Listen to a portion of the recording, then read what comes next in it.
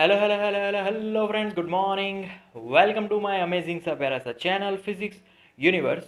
I hope you are all fine at your home and we are enjoying this online lectures. So guys, today's our topic is sharpness of resonance. So earlier we discussed about topic of resonance. So अब उसकी जो sharpness है उसके बारे में यहाँ पर थोड़ा स्टडी करने वाले हैं. So first of all, current I formula is equal to V upon under root of R square plus omega L minus 1 upon omega C whole square. So this is the simple current formula, and the in denominator we have impedance formula here. So this is our impedance. Okay.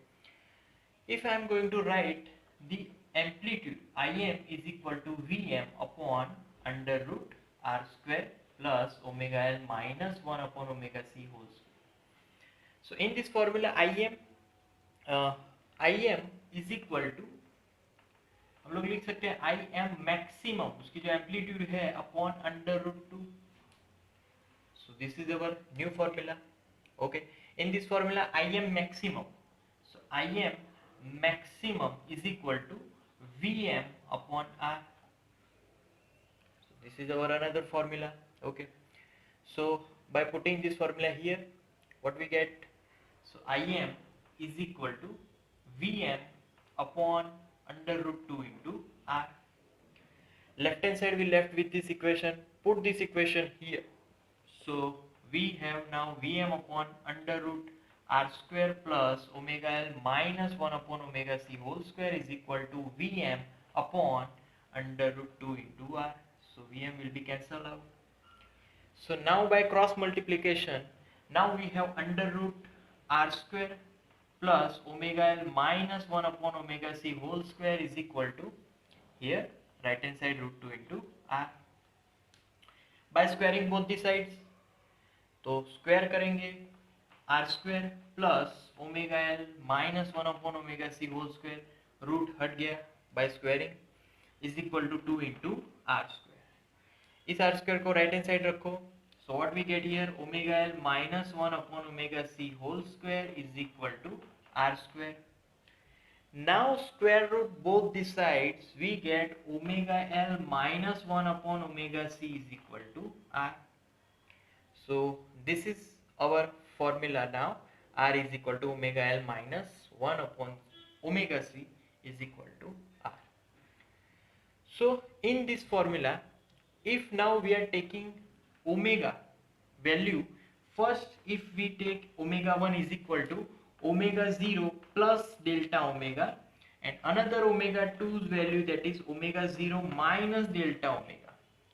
So by converting this formula in this form, now we get here that formula now becomes, okay, so by putting here, अब ये formula को मैं लिख रहा हूँ omega 1l minus 1 upon omega 1c is equal to R.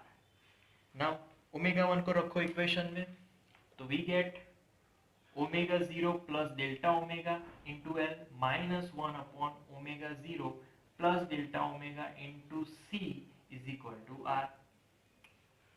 अब ये जो फॉर्मूला है उसमें कॉमन टर्म हम लोग निकाल सकते हैं. सो यहाँ पर कॉमन टर्म क्या हो सकता है? कॉमन टर्म इज ओमेगा 0 को बाहर निकाल दें. So here we left with omega 0 L and inside 1 plus delta omega upon omega 0. Okay, minus यहाँ पर भी ओमेगा 0 को कॉमन निकालें, तो here we get 1 upon omega 0 common, 1 plus delta omega upon omega 0 into, यहाँ पे c लिख रहा हूँ, और is equal to r. Okay, so ये जो टर्म है वो न्यूमरेटर में है, तो इसको अगर मैं अलग से लिखूं न्यूमरेटर को, तो 1 प्लस डेल्टा ओमेगा अगर मैं उसको ऊपर लिखूंगा डिनोमिनेटर में, तो यहाँ पर मुझे पावर -1 करना पड़ेगा.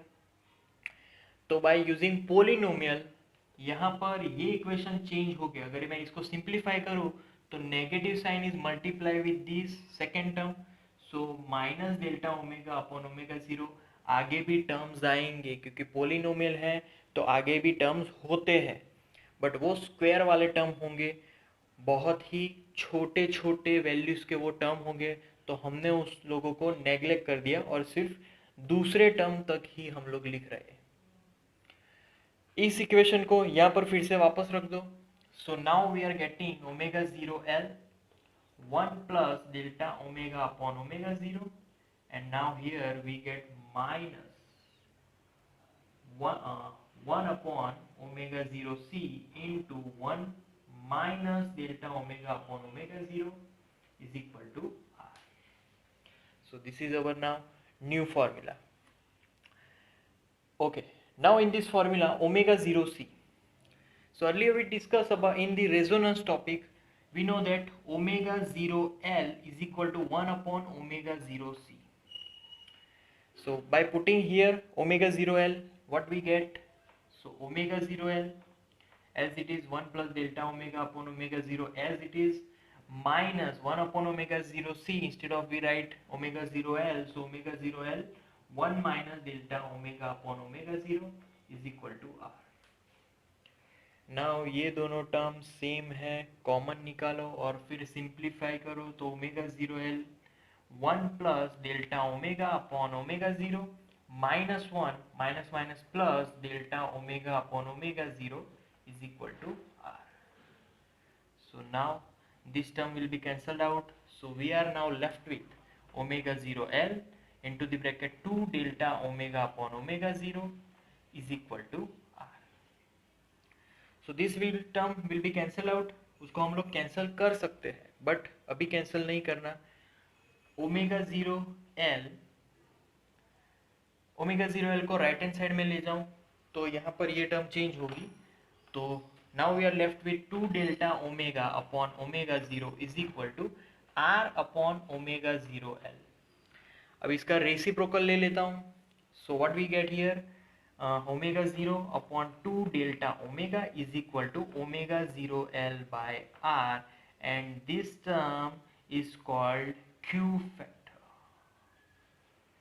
So this is our Q factor. Q factor is depending on inductance as well as resistance. So that is equal to this omega 0 upon 2 delta omega.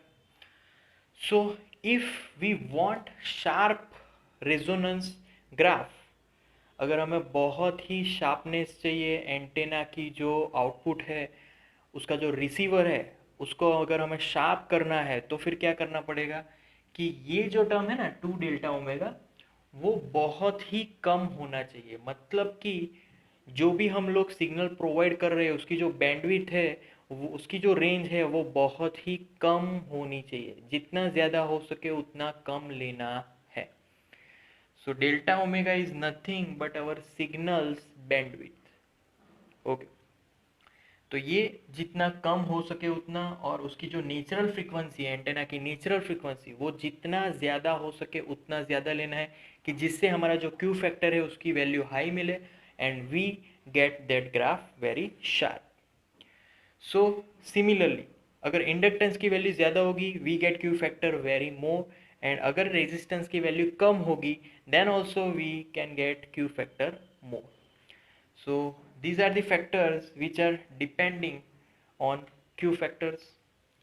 So इसके बाद अगर हम इन दोनों इक्वेशंस की बात करें, तो ये दोनों इक्वेशंस में अगर मैं ओमेगा 1 माइनस ओमेगा 2 सब दोनों का सब्ट्रैक्शन ले लूँ, तो दिस माइनस दिस, तो omega 0 will be cancelled out. We are left with 2 delta omega. So this is our bandwidth of our signal.